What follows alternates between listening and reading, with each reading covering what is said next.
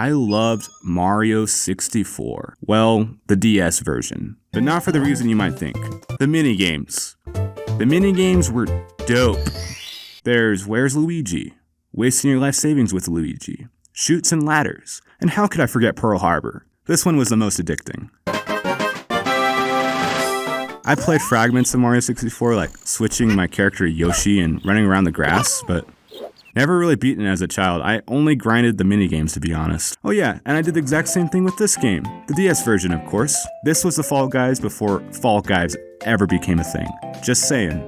Whenever I hear the grand name Mario 64, I hear nothing but praise for this game. And my conception, or my train of thought, has always been, wow, the first 3D game ever made?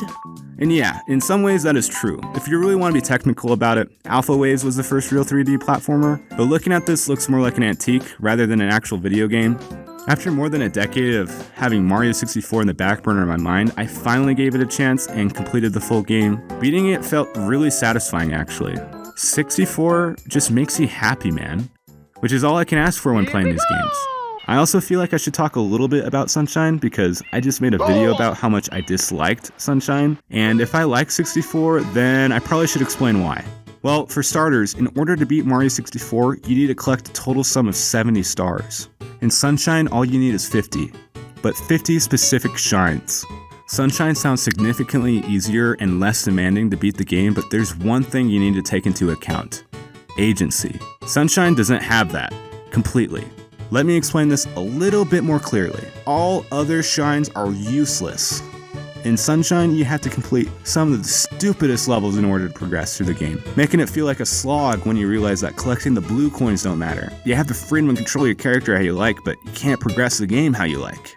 However, in 64, if you hate a level or you just don't understand what you need to do, you can just skip it. Easy, problem solved. Even though I do have some gripes with Sunshine, I've got to give it some props. At least it shows you where your main objective is. At least when you begin a level, the camera will show a general direction or an enemy or where you need to go unless you play the entirety of Hotel Delfino. Then none of that matters, but at least it's more clear. 64 doesn't do any of that. You start at the same exact spot and you go through the exact same world and try to solve the levels through constant experimentation. Like blast away the wall, for example. I read the title and I'm like, okay, the star is hiding behind a wall, but which wall? Every wall looks the same. I tried blasting all the walls I could, but none of them were breaking. So I gave up, looked it up online, and it turned out I was aiming at the wrong corner of the wall, and not the middle of the wall where I was actually shooting it at. Great game design. I can't wait any longer. Okay, where was I? Oh yeah, 64 can be very frustrating as well. The camera is the worst thing to control, because if you're moving while changing the camera, your way of direction can completely flip, and you can make even more mistakes. In all honesty, there were times I didn't know which camera angle was the best to take, especially on the famous carpet ride from Smash Bros.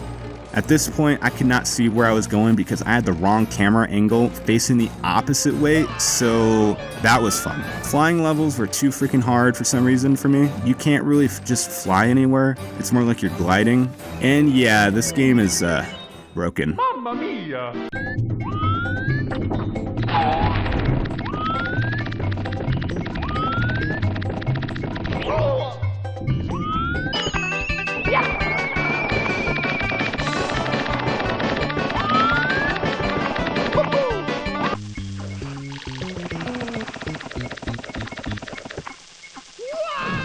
Besides these small outliers, there is a very well-defined game underneath it all. This game has stood the test of time and has remained a very prominent platformer that I think can be enjoyed by anyone who has the patience to play it. Fighting Bowser is a challenge, but a very fun one. You grab this horrific beast and throw the gay Bowser at these bombs, and most of the time I'd find myself missing, but it's super satisfying when you nail one. Suck on that, you little crocodile! Learning one speedrun tech of climbing unclimbable walls made it so much easier to traverse the levels, and each world had a very different style from the last. When you game over, there's a giant head of Mario you can just play with, which is that's very cool. It kind of lessens the damage of you feeling like a loser. Going into a painting, you hear this ba-da-ba-ba-ba-ba. When was the last time you heard an acapella bit be made by such an iconic franchise? Wait a minute. Anyways, yeah, that's what I think about Mario 64. Oh shoot, I forgot to talk about the remastered version.